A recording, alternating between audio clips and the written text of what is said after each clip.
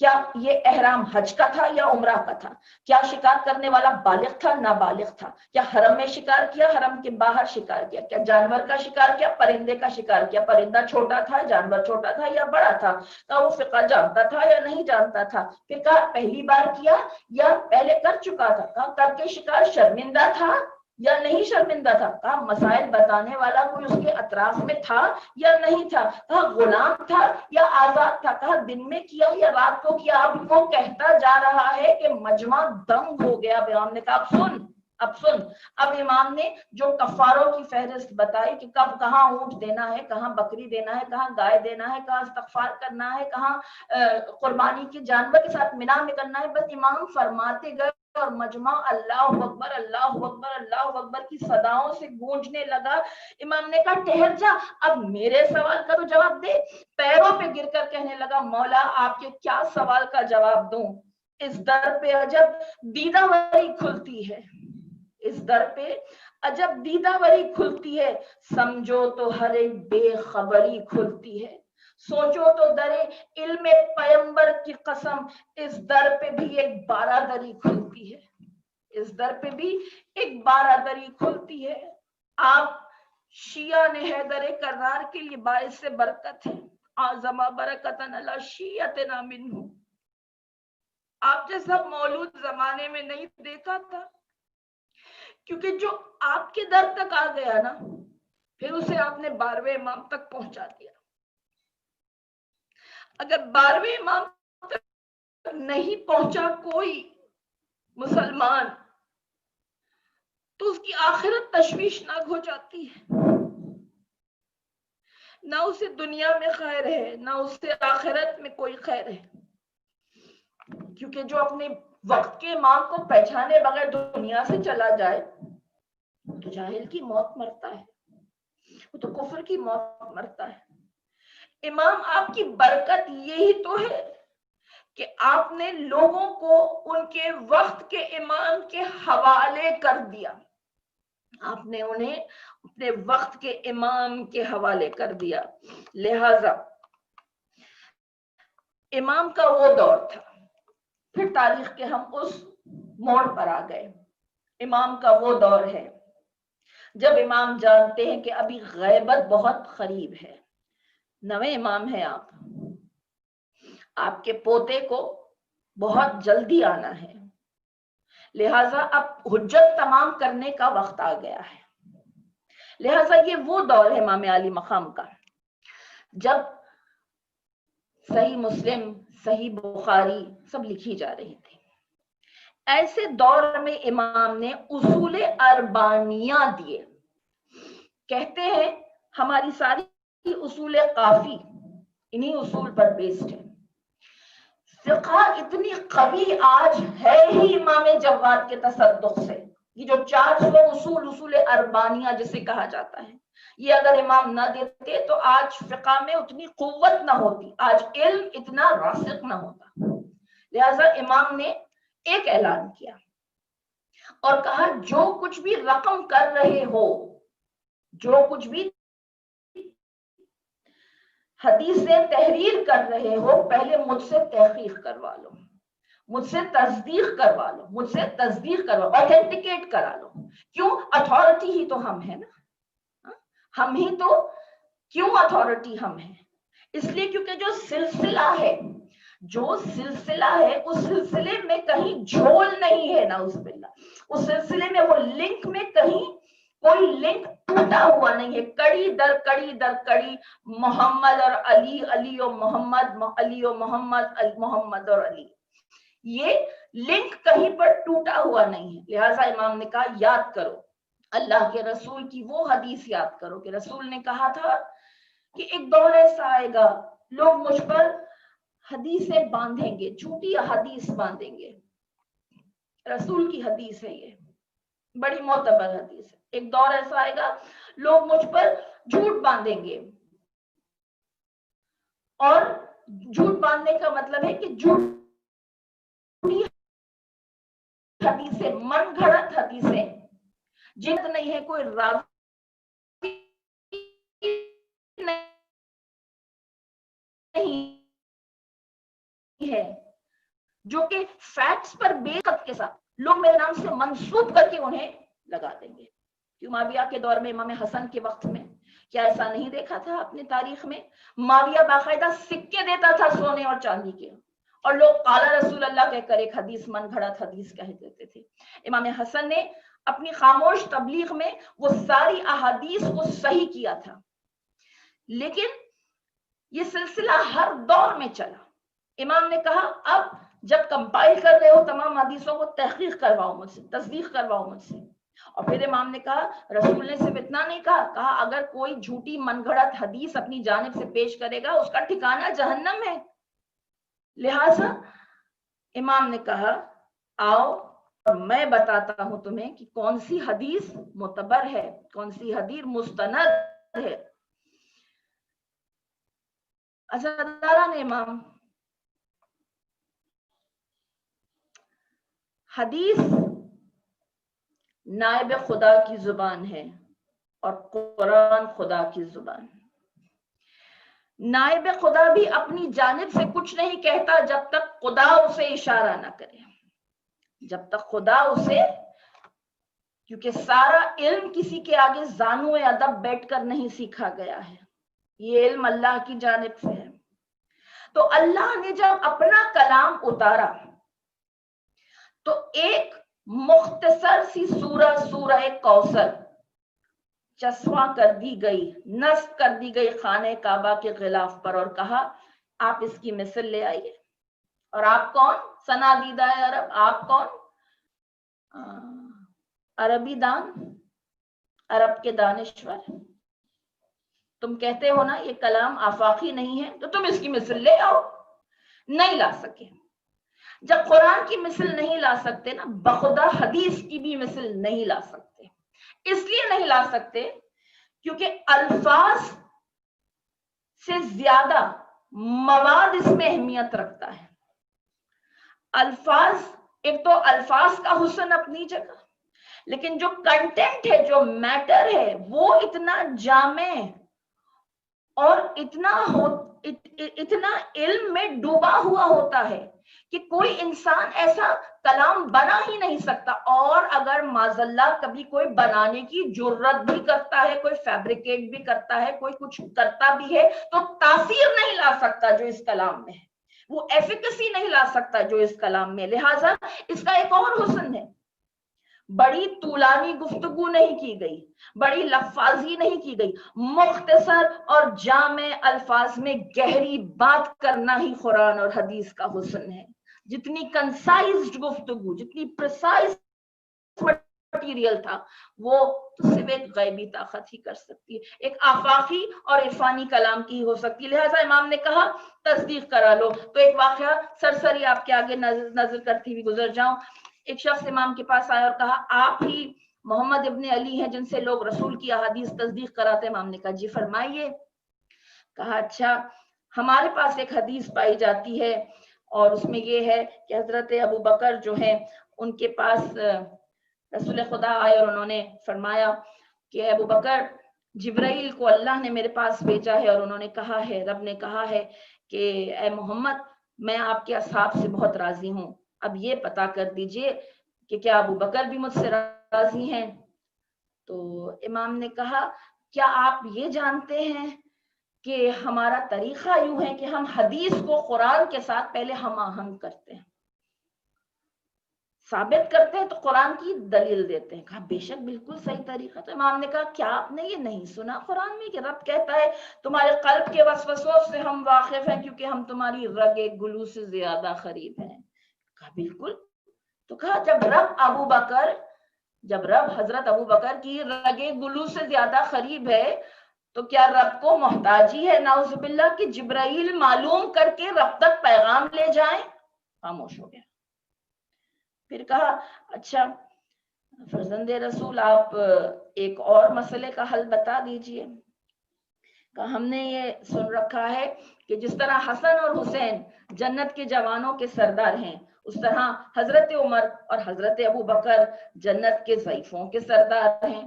امام نے فرمایا اسے بھی نہیں مانا جا سکتا. کہا کیوں؟ کہا اس لیے کیونکہ جنت میں ضعیف کوئی ہوگا ہی نہیں. کیا تم نے اپنے رسول سے نہیں سنا کہ جنت میں کوئی بوڑھا نہیں جائے گا؟ جس پر کچھ لوگ پریشان ہو کر رونے لگے تو رسول مسکرائے اور کہنے لگے جنت میں تو سب جوان ہو کر جائیں گے، جنت میں سب اپنے عین شباب میں جائیں گے. جو کوئی معذور ہوگا وہ بہترین سالم حالت میں اس خوبصورت حسین شکل و صورت میں جائے گا، تو جنت میں تو جوان ہوں گے. بس اتنا سننا تھا کہ پیروں پر گر گیا اور کہا کہ مولا آپ ہی وارث رسول ہیں، آپ ہی وارث جانشین رسول ہیں، کیا کیا نہ ہمیں سوغات میں مل جاتا ہے، کیا کیا نہ ہمیں سوغات میں مل جاتا ہے. ادراک تو ہر بات میں مل جاتا ہے، دستک جو در علم پہ دیتا ہے قلم، ایمان بھی خیرات میں مل جاتا ہے. علم تو بہت سو کے پاس ہوتا ہے، ہمیں صرف علم نہیں، ہمیں ایمان کی جستجو ہے، ہمیں ایمان کی جستجو ہے. اور یہاں امام کے مناظر جو بیان کیے گئے اس میں امام کے علم کی تعریف نہیں کرنا ہے، امام کے تحمل کی تعریف کرنا ہے کہ دشمن بھی اگر آئے تو دشمن کی بھی تشنگی کو سیراب کرنا. یہ ہمارے جد کی سنت ہے. دشمن کو اگر پانی کی پیاس ہے تو سیراب کرتے ہیں، دشمن کو اگر رزق کی پیاس ہے تو سیراب کرتے ہیں، دشمن کو اگر علم کی پیاس ہے تو سیراب کرتے ہیں. امام کے اخلاق کی تعریف کی جائے، امام کے تحمل کی تعریف کی جائے، امام کی جود و سخا کی تعریف کی جائے. یہ ہے تقوی امام کا. وہ تحمل ہے کہ لوگ کہتے ہیں کہ اتنی تعداد میں آ کے امام سے تصدیق کرانے لگ گئے کہ امام صرف نماز کا وقفہ دیا کرتے تھے. سارے بغداد میں گونج تھی امام کے نام کے، امام کے علم کے چرچے تھے. یہ اللہ کا انتظام ہے. اہل بیت کے نام کو وہ رفعنا لکا ذکر کا وعدہ ہے جو پورا ہو رہا ہے. امام بغداد سے مدینہ، مدینہ سے بغداد سفر کرتے رہتے تھے، اور راستے میں امام کی جود و سقا کا یہ عالم تھا کہ جو کچھ امام کے پاس تھا، اللہ اکبر، سخی وہی ہے جو سائل سے رد و خد نہ کرے. سخی وہی ہے جو سائل سے رد و خد نہ کرے، کرے سوال جو کوئی تو اس کو رد نہ کرے. امام تقی سخی امام نہیں ہے، جواد امام ہے. جواد وہ ہے جو حد سے سوا دیتا ہے، جو حد سے سوا دیتا ہے.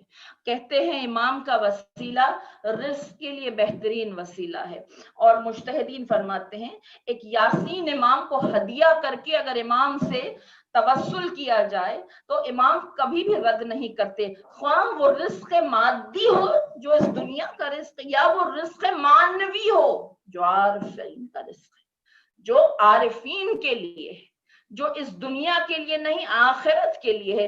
امام بقدر ظرف، دیکھیے بقدر ظرف ہر ایک مانگتا بھی ہے اور بقدر ظرف سب کو عطا بھی ہوتی ہے. لہذا توسل امام اگر کیا جائے تو میں یہ بات کس طرح کروں تسلیم؟ علی علی ہی نہیں ہے اگر عطا نہ کرے. سخی وہی ہے جو سائل سے رد و خد نہ کرے، کرے سوال جو کوئی تو اس کو رد نہ کرے. میں یہ بات تیری کیسے کروں تسلیم؟ علی علی ہی نہیں ہے اگر مدد نہ کرے. تو ہر عطا کا سورس رسول اور آل رسول. روضہ رسول پر بیٹھ کر امام، ہر امام عزاداران امام، آپ کسی بھی امام کی تاریخ اٹھا کر دیکھیے، جو عشق روضہ رسول سے دکھایا گیا، مدینے سے جو محبت دکھائی گئی، کیونکہ طاقتوں کا، برکتوں کا منبع وہی ہے، مرکز وہی ہے. وہی میرے جد رسول ہے، وہی میری جدہ فاطمہ ہے، جو چہاردہ معصومین کی توسل کا وسیلہ ہیں. وہ ساری انرجی کا سورس وہی ہے.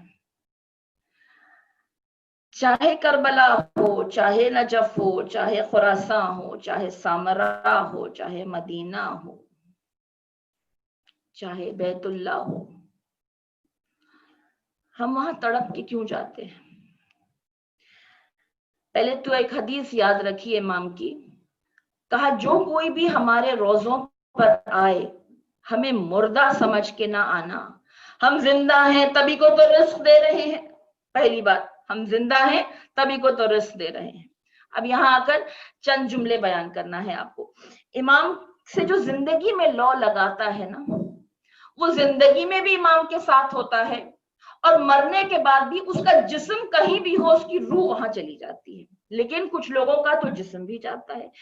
کاظمین اور جوادین، جو کوئی بھی زیارت کر کے آ چکا ہے اس نے امام مظلوم کی زری پر جانے سے پہلے کئی اور زریاں بھی دیکھی ہیں، مقبرے دیکھے ہیں، جس میں شیخ مفید، علامہ رضی، علامہ مرتضی اور شیخ توسی کی قبر ہے. اب یہاں بس ایک چھوٹی سی روایت پڑھنا ہے اور آگے گزر جانا ہے. شیخ توسی جو کریٹر آف ٹریگنومیٹری کہا جاتا ہے، جن کا کتب خانہ بغداد میں تھا، جسے جلا دیا گیا بعد میں، اسی لیے حوزہ علمیہ بعد میں نجف میں منتقل ہوا، پہلے بغداد میں تھا. شیخ توسی نے کہا میں نے ساری زندگی اس در کی غلامی کی ہے، میرے مرنے کے بعد میرے کفن پر ایک آیت لکھنا، وَقَلْبُهُمْ بَاسِطٌ ذِرَاعِهِ بِالْوَسِعِيدِ. ایک کتا ہے جو آپ کے در پہ ہاتھوں کو پھیلا کر بیٹھا ہوا ہے. امام نے کہا جس جگہ پر 7ویں امام اور 9ویں امام کا مدفن ہو، شیخ توسی نے کہا جہاں میرے اماموں کا مدفن ہو وہاں میری حیثیت تو نہیں ہے کہ میں وہاں پر دفن ہو سکوں، لیکن ہاں مجھے مجاور امام کی حیثیت سے، اس کتے کی حیثیت سے، اس قلب صالح کی حیثیت سے وہاں دفنا دینا. امام روزوں کی جو تاثیر ہے، ہم امام کی زیارت کو جو جاتے ہیں نا، یقین جانیے ہم اس تاثیر کے تعاقب میں جاتے ہیں، ہم اس تاثیر، اس انرجی کے تعاقب میں جاتے ہیں. اب وقت مختصر ہے، امام کی چند احادیث بیان کرتی چلوں جو امام روضہ رسول پر بیٹھ کے فرماتے تھے. چند احادیث ہیں امام کی جو مجلس کا تبرک سمجھ کر ساتھ لے جائیے. امام کی وہ حدیث، فرمایا ایسے نہ ہو جاؤ کہ جلوت میں، جلو میں، لوگوں کے درمیان اللہ کے دوست نظر آؤ، اور خلوت میں، تنہائی میں، گوشہ نشینی میں اللہ سے دشمنی کرو. بہت وضاحت طلب ہیں یہ باتیں، بہت وضاحت طلب ہے. بس منافقت ہے اس کا ایک لفظ. ایسے نہ ہو جاؤ کہ لوگوں کے سامنے ایسا عمل کرنے لگو کہ آپ کو دیکھ کر کہے واہ کیا خدا کا نیک بندہ ہے، اور تنہائی میں ہر وہ معصیت کرو یہ سوچ کے کہ لوگ مجھے نہیں دیکھ رہے ہیں. جو دیکھ رہا ہے اس کو نہ دکھانے کی ضرورت ہے نہ پڑھانے کی ضرورت ہے، وہ تو انسان کے قلب کی نیت کو بھی جانتا ہے اور اس کی منافقت کو بھی جانتا ہے اور اس کی صداقت سے بھی واقف ہے. لہذا امام نے کہا اس طرح نہ ہو جاؤ. اور اگر اس مجلس سے، امام کی مخصوصی سے، اگر امام کی صفت سے اگر تقوی اٹھانا ہے تو ایک عالم نے بہترین جملہ کہا تھا کہ تقوی زہد کو تو کہتے ہی ہے، تقوی پرہیزگاری کو تو کہتے ہی ہے، تقوی نجات کو، خوف کو کہتے ہی ہے، لیکن اصل تقوی جانتے ہیں کیا ہے؟ زمانے کے آگے وہ پورٹری کرنا جو آپ دراصل ہیں. بڑا ہی نازک، بڑی نازک لطیف ڈیفینیشن ہے یہ تقوی کی. بس اتنا دکھاؤ جتنے ہو، اس سے زیادہ دکھاؤ گے تو نفاق ہو جائے گا. لہٰذا امام کہتے ہیں مجمع میں اللہ کے دوست مت بنو کہ تنہائی میں اللہ کی دشمنی پر آ جاؤ. پھر امام فرماتے ہیں ہر انسان زندگی میں چند چیزوں کا محتاج ہے جس میں سے توفیق الہی کا محتاج ہے. پھر امام نے کہا واعظ نفس و دل، یہ بھی بڑا وضاحت طلب موضوع ہے.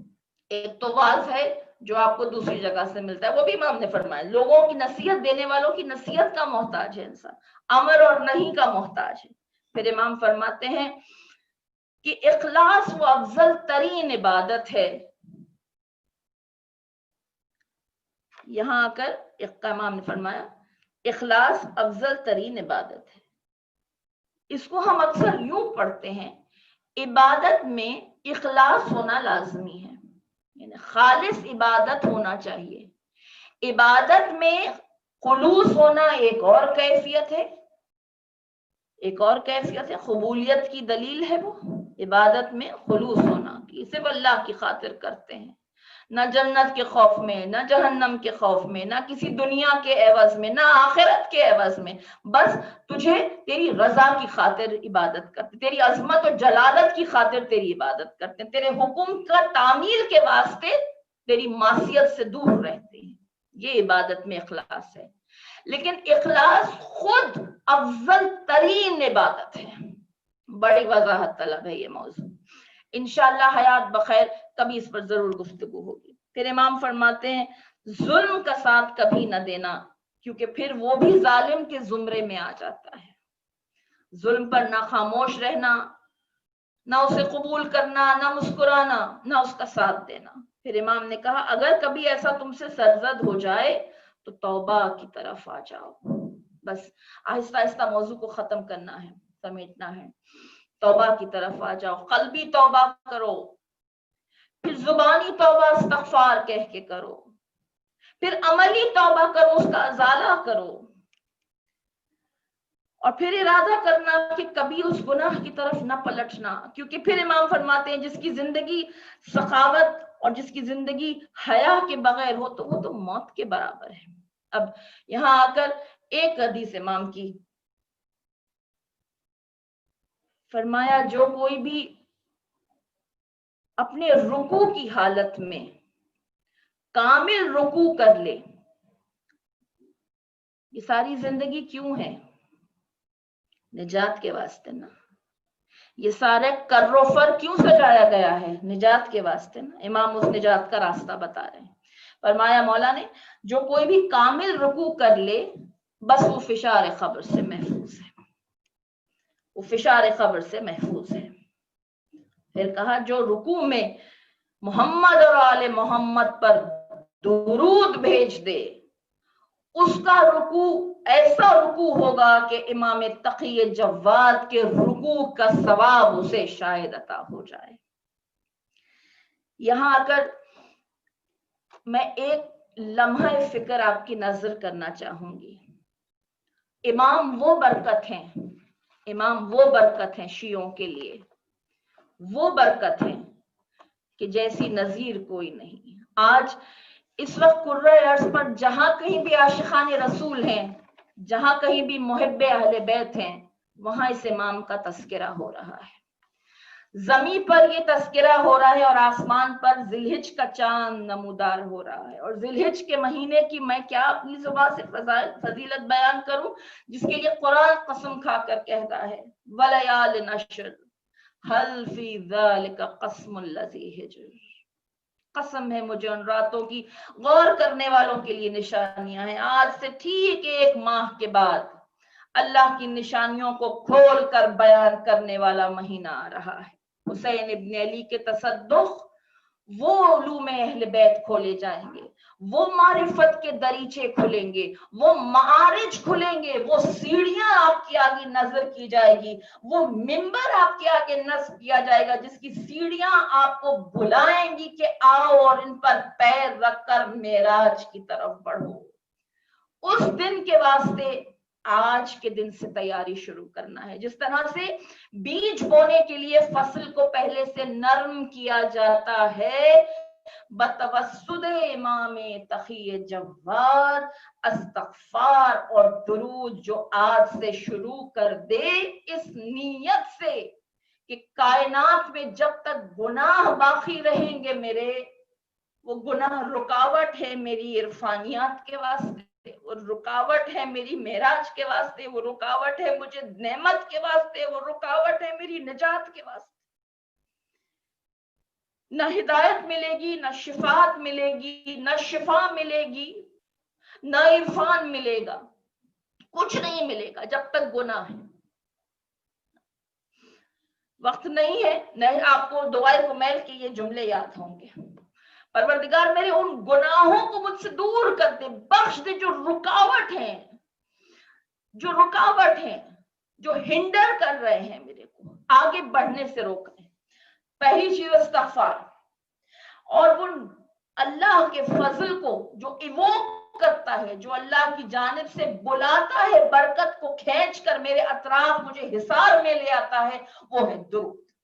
درود اور استغفار بغیر کسی رکاوٹ کے، بغیر نہ دن رات کی قید ہے، نہ کوئی فقہی احکام کا احاطہ ہے کہ کوئی جگہ کی قید ہو. وضو اگر ہو تو نور علی نور، لیکن وضو کی قید نہیں، کوئی مقام کی قید نہیں. وہ کیجئے، ورد کیجئے، اور آہستہ آہستہ اپنے آپ کو اس حصار میں محسوس کرتے چلے جائیے جس حصار کو امام حرز جواد کہتے ہیں. بس میری گفتگو تمام ہو. حرز جواد امام کے نام سے منسوب، بابا کے نام سے امام زامن منسوب تھا تو وہ باندھ لیا، بیٹے کے نام سے حرز جواد منسوب ہے جو پہن لیا. کیا ہے حرز جواد؟ حرز کسے کہتے ہیں؟ فورٹیفائڈ جگہ کو حرز کہتے ہیں، جس میں پناہ ہو، جس میں ریفیوج ہو، جس میں حصار ہو، جس میں آپ محفوظ ہو. کہا کون دیتا ہے یہ حفاظت؟ الفاظ دیتے ہیں حفاظت کا، الفاظ کو پڑھنے والا دیتا ہے حفاظت. الفاظ کو جو جان ڈالتا ہے اس کی روح دیتی ہے حفاظت. وَبِأَسْمَائِكَ الْمُقَدَّسَاتِ، مقدسات و مکرمات، پروردگار تیرے ناموں کی جو مقدس نام ہے، جو مکرم نام ہے، ان ناموں کی قسم ہے تجھے. جو مخفی نام ہے ان ناموں کا واسطہ ہے تجھے کہ تو ہمیں حفظ و امان میں رکھ. وہ نام ہماری حفاظت کرتے ہیں. یہ واسطہ ان ناموں کا ہے جس کا لکھنا بہت روحانی عمل ہے. باوضو ہو کر، قبلہ رخ ہو کر، لکڑی کے قلم سے اس عقیدے کے ساتھ لکھے جاتا ہے حرز جواد کہ مولا یہ وہ حزب ہے، یہ وہ حزب ہے جسے زمانہ تعویذ کہتا ہے. تو تعویذ لفظ اعوذ سے نکلا ہے، اور اعوذ باللہ من الشیطان اللعین الرجیم بسم اللہ الرحمن الرحیم سکھایا ہے رب نے ہمیں. پناہ مانگو شیطان سے اور میرے نام لے کر میری امان، میری رحمت میں آؤ. وہ حرز اس نیت سے پہنا جاتا ہے یا رکھا جاتا ہے. یہ وہ حرز ہے جو ایک ایسا کمانڈ ہے امام کی جانب سے، ایک ایسا ڈیوائن سورس ہے. یہ وہ ایسے نام ہے کہ فلما راہ مستخر نندہ، کہ چشم زدن میں ناموں کو اگر لیا جائے تو تخت بلخیس اٹھ کر آ جائے، زمانہ حیران رہ جائے. ایسی حفاظت کرتے ہیں یہ نام. جب ام الفضل کو معلوم ہوا کہ امام کی ایک اور زوجہ ہیں جناب سمانہ خاتون، وہ بی بی جس کے لیے امام نے کہا کہ میری زوجہ سمانہ، جو ماریہ خپتیہ کے خاندان سے تھیں، جو رسول کی ایک زوجہ تھیں، یہ وہ بی بی ہے جو امامت کی عارفہ ہے. یہ وہ بی بی ہے جو اصل میں جنت کی حقدار ہے. یہ وہ بی بی ہے جو شیطان جس سے قریب نہیں آ سکتا. یہ وہ بی بی ہے کہ جو پروردگار کے لطف و کرم کے زیر سایہ ہیں. کیا تعریف کی ہے امام نے آپ کی. کہا یہ وہ بی بی ہے جو میرے بیٹے امام نقی و ہادی کی ماں ہے، جو امام وقت ہوگا. جب امام کی ان زوجہ کی خبر ہوئی ام الفضل کو، تو اپنے چچا معتصم باللہ کے ساتھ مل کر پہلے تو اپنے باپ مامون کے کان بھرے. مامون نشے کی حالت میں تیش کے عالم میں گیا اور امام پر وار کیا. پھر غلام نے دیکھا مامون کے، یاسر نے دیکھا کہ امام تو صحیح اور سلامت ہے. کہا یہ کیسے ممکن ہے؟ کہا یہ کیسے ممکن ہے ابن رسول اللہ؟ آپ پر تو وار ہوا تھا. کہا میرے سینے پر میری جدہ فاطمہ کا حرز تھا، میری جدہ فاطمہ کا لکھا ہوا حرز تھا جو امام در امام در امام در امام مجھ تک پہنچا. مامون نے کہا مجھے بھی عطا کریں گے؟ کہا ہاں لو. اللہ اکبر. اسے کہتے ہیں جواد. دشمن کو بھی عطا کرتے ہیں، دشمن کو بھی عطا کرتے ہیں، دشمن کو بھی عطا کرتے ہیں. کہا لو. لیکن ایک وقت جب مشیت الہی کے تابع امام ہوتا ہے، جب مشیت الہی کے تابع امام ہو جاتا ہے، تو جب اللہ کی رضا ہوتی ہے تو 25 برس کا کڑیل جوان پانی میں زہر ملا ہوا پیالہ پی لیتا ہے کہ اب یہ اللہ کی مرضی ہے، اب یہ اللہ کی مرضی ہے. عزاداران امام، 18 برس کا جوان جب کسی کا جاتا ہے نا، تو یا تو وہ جنگ میں شہید ہو تو زمانہ پوچھتا نہیں، یا پھر اگر کبھی بیماری سے مرے تو زمانہ پوچھتا نہیں. لیکن جب کڑیل جوان 25 برس کا دنیا سے جاتا ہے تو زمانہ پوچھتا ہے کہ کیا ہوا تھا، کیا ہوا تھا. ظالمین کبھی چھپ نہیں سکے. معتصم باللہ اور ام الفضل کے نام تاریخ میں چھپ نہیں سکے، لیکن میری شہزادی فاطمہ زہرا کے قاتلوں کے نام چھپ گئے کہ 18 برس کی کڑیل جوان میری شہزادی کمر خستہ ہو گئی، کمر جھک گئی، پہلو شکستہ ہو گیا اور دنیا سے کوچ کر گئی. زمانے نے نہیں پوچھا کہ کیا ہوا، کہا بچہ زخمی ہو گیا تھا پہلو میں. کسی نے نہیں کہا کہ در گرنے پر بچہ شہید ہو گیا. یا شہزادی آپ کے پوتے کو آلے نے دیجئے زمانے میں.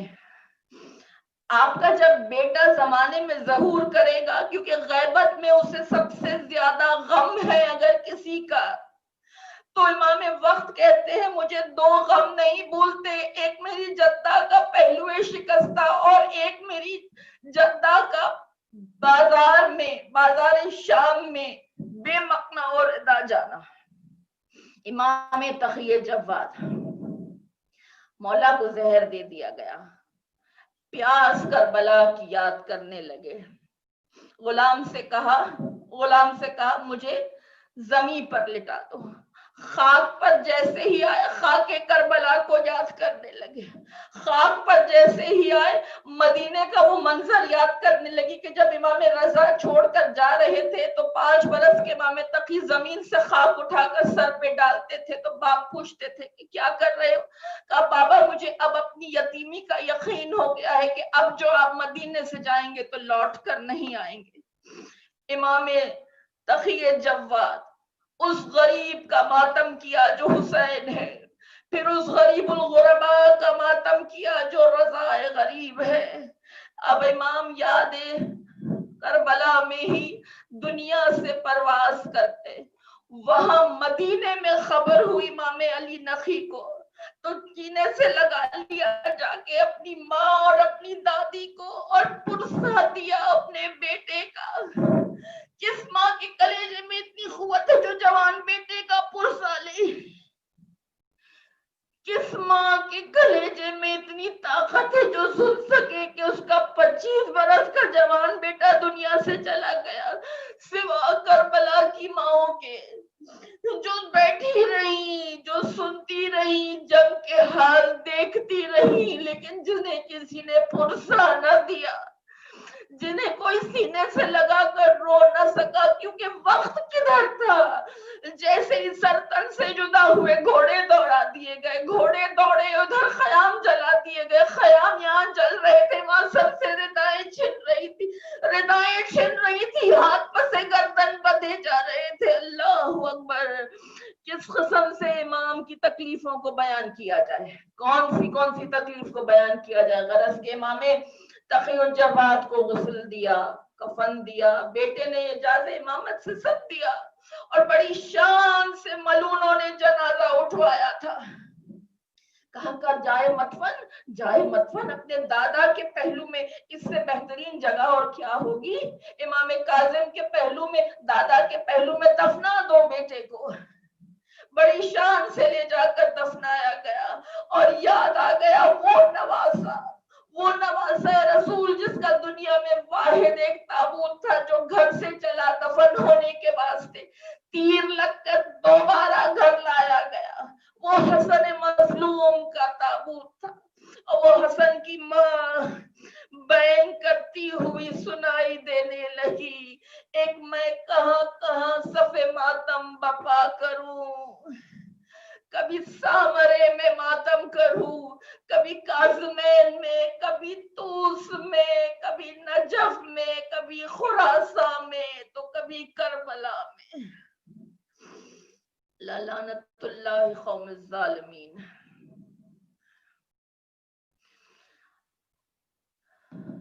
پروردگار اپنی بارگاہ میں اس محفل کو قبول کر,